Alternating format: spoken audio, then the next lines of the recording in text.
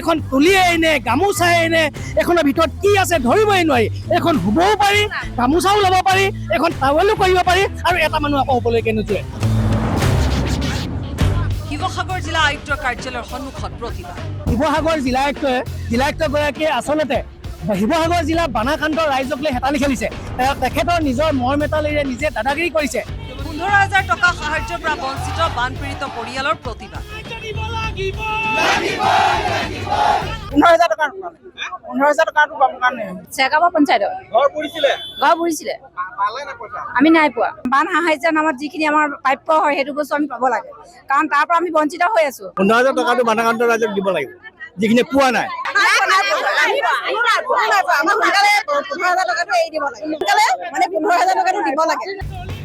শিৱসাগৰ দৌলমুখ চাৰিআলিৰ পৰা জিলা আয়ুক্ত কাৰ্যালয়লৈ সমদল উলিয়াই কৃষক মুক্তি ছাত্ৰ মুক্তি সংগ্ৰাম সমিতিৰ নেতৃত্বত জিলা প্ৰশাসনৰ বিৰুদ্ধে সাব্যস্ত কৰিলে প্ৰতিবাদ অসম চৰকাৰে এককালীন 15,000 টকা ঘোষণা কৰিছিলে সেই টকা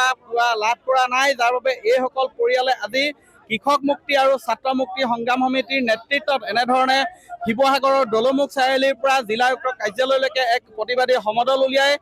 তেওঁলোকে ৰাজপথ উত্তাল কৰিছে আৰু এই যি কাৰ্যালয় দেখিছে শিৱসাগৰ জিলা আয়ুক্ত কাৰ্যালয় ঘেৰাও কৰিছে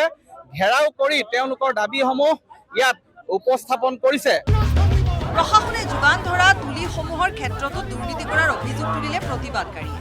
এখন তুলিয়ে নে গামোচাই নে এখনৰ ভিতৰত কি আছে ধৰিবই নোৱাৰি এখন হুবও পাৰি গামোচাও ল'ব পাৰি এখন টাৱেলো কৰিব পাৰি আৰু এটা মানুহ আকৌ হ'বলৈকে নোযোৱে এইখন আমি লৈ আনিছো আজি ৰাইজক দেখাবলৈ গতিকে জিলা আয়ুক্তজনক নাকি লগাওক